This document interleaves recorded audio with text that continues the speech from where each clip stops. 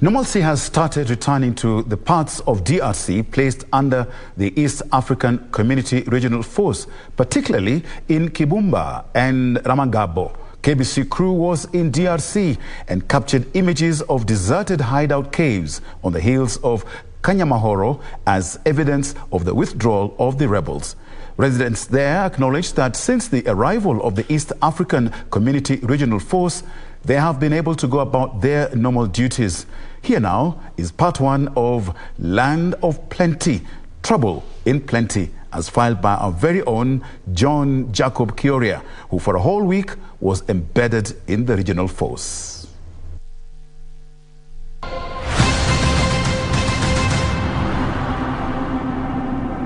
The east of Congo has remained troubled for more than 2 decades. Other than armed ethnic militia keen on protecting their interests in the mineral-rich region, the M23 rebel group has posed the biggest security headache. North Kivu and South Kivu are the most affected provinces in the east of DRC. For years, extensive areas within Rushuru and Masisi territories have known no peace as M23 attacked, displacing hundreds of thousands of locals still trapped in camps. For the internally displaced persons in Kanyaruchinya and other Goma City, the capital of North Kivu. Namaliza mwaka hapa. Kukimbia nikakutana risasi. Ikanipitua mkono, nilikuwa na mtoto mikono alishakufa. Children and women are the most affected due to lack of access to quality healthcare, good education and living standards. Tupo na shida kabambi sana kwa ajili ya watoto, hawajapata hata msaada ili waweze kusoma. Na ndio maana hitaji yetu, tunapenda M23 atoke kwetu, turudie kwetu kunyumba, kuendelesha maisha yetu ya kawaida na watoto wetu waweze kusoma. When you enter Kanyaruchinya camp is when you're confronted by the realities of war.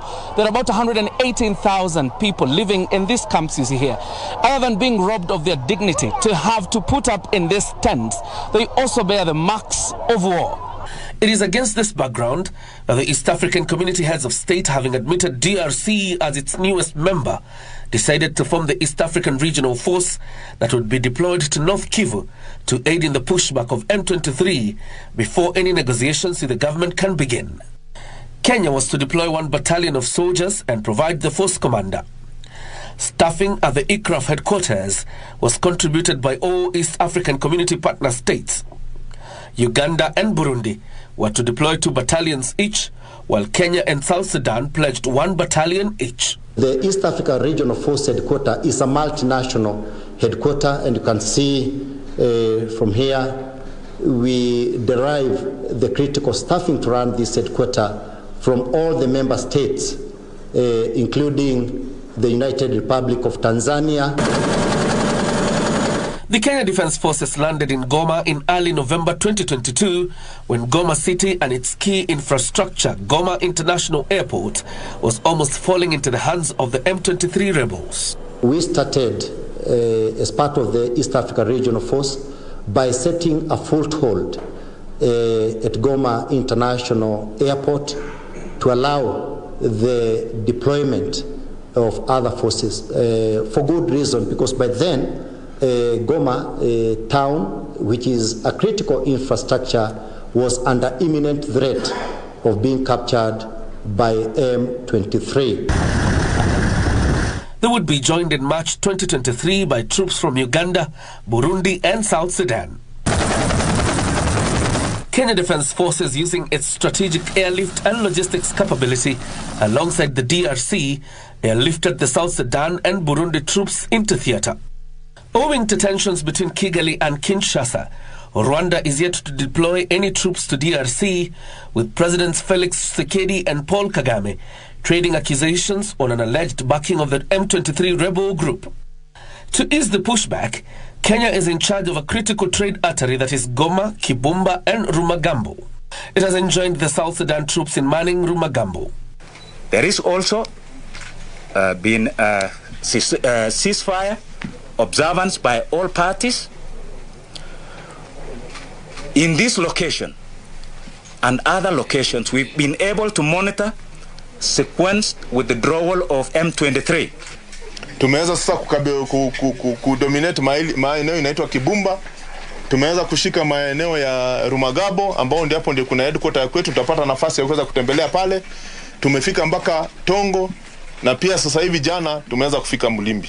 So inaonekana hiyo maeneo sasa hivi wameanza withdraw na sisi wenyewe tunaweza kuidhibiti na tunatumai political process itaendelea na amani itaweza kurudi maeneo ya Kongo. The Burundian forces are manning yet another critical artery of Goma, Sake, Kilolirwe, Kichanga in the high agricultural yield area within Masisi territory, while the Ugandan troops are manning Bunagana along the DRC-Uganda border and Kiwanja, Rushuru. Life has started returning to normal, particularly in Kibumba and Rumangabo. The evidence of a withdrawal of the M23 lays bare as we capture images of deserted hideouts in hills of Kanyamahoro. Residents say since the arrival of the Kenya Defence Forces, they have been able to go about their normal duties, mostly being subsistence farming. The pushback of M23 from the areas means they can now occupy their previously deserted homes, as well as tend to their farms and livestock. Tuko nabo salama, kuna shida yenye tuko nayo. Kuna patrol wanafanya patrol yoyote wanaifanya mchana na usiku wanaifanya. Please umweleo. Watu hawaogopi tena. Amani inaanza rudi pole pole. Security tulikuwa nayo na hatuna shida yoyote. M23 ayo ishaenda zamani, sionaki yako. M23 ishakaenda, mimi sionaki yako. The Bunagana, Rumangabo, Kibumba, Goma main supply route is now open for vehicles and residents. The occupation of this border post now by the UPDF frees this area for trade between the two nations and the people. Some, however, live in fear of being attacked by the rebels, opting to commute daily from the IDP camps in Goma to their farms in the morning and back to the camps in the evening.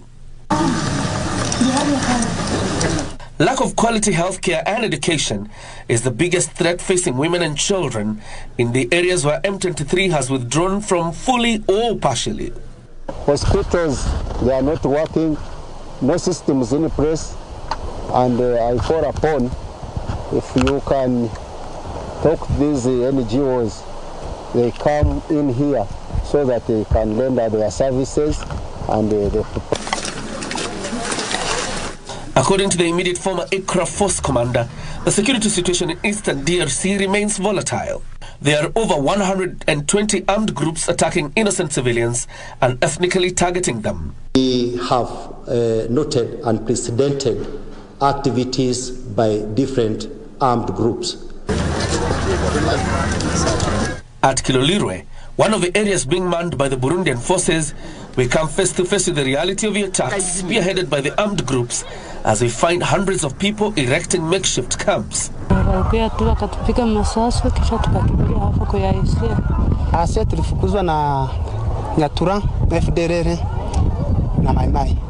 Na pia sisi wote kuhubiri amani. Ama namna gani? Hiyo tumekubaliana. The armed groups have also set roadblocks on major roads considered key in trade where they extort money and harass traders. The Burundian troops recently arrested 7 members of one of the armed groups in the contingent's operation to rid the place of a menace occasioned by the ethnic militia. Hii eneo letu ambayo tunadhibiti wako armed group wengi. Na zumuni za armed group majambazi wengine ni kusumbua raia. Leo tunabaguriwa na leta na turina tubeba betu inaua watu, leta ikinaona haitatusaidia kitu. Na ndio maana tuliweza kutoka mbetu tunakimbia. Hatuna mwae ya kutembea sawa wengine wakaaji. Hivi hapa mimi siwezi fika Goma. The pushback of the M23 to designated areas such as Sabinyo, Bigega, Bugusa, Nyabikona, Mbuzi, Rutsiro and Kokwe paves the way for the political process, with the rebels keen on commencing negotiations with the DRC government to address their grievances. So for how long will ICRAF and indeed the Kenya Defence Forces be in eastern DRC? I do strongly believe if today peace and security is restored in Eastern DRC, we have no reason to spend an extra day in DRC. Major General Jeff Nyaga has since been appointed as the General Officer Western Command, and Major General Alfaxad Kyogo is set to replace Nyaga as the Force Commander ICRAF. Tomorrow on the second part of Land of Plenty, Trouble in Plenty, we tell you why Kenyans should be excited about a stable Congo and why we should all be worried if the status quo is maintained. John Jacob Kioria, Channel 1.